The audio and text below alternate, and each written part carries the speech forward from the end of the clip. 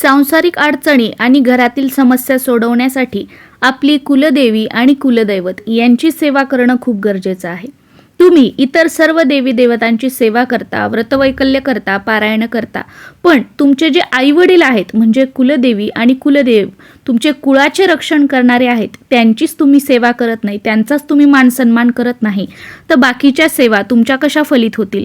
त्यामुळे कुलदेवी आणि कुलदेव यांचा वर्षातून एकदा आवर्जून मानसन्मान करावा. तो कसा करावा याचा व्हिडिओ आपल्या चॅनलवर आहे, तो तुम्ही बघू शकता.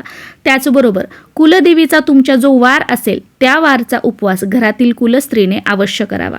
प्रत्येक पौर्णिमेला आणि कुलदेवीच्या वारी दुर्गा सप्तशतीचा पाठ नक्की करावा. खूप चांगले अनुभव येतील. त्याचबरोबर तुमची कुलदेवीचा जो वार असेल त्या दिवशी सकाळी किंवा संध्याकाळी कुलदेवीची आरती करावी. सकाळी त्या दिवशी देवपूजा करताना कुलदेवीच्या मूर्तीवर अभिषेक करावा.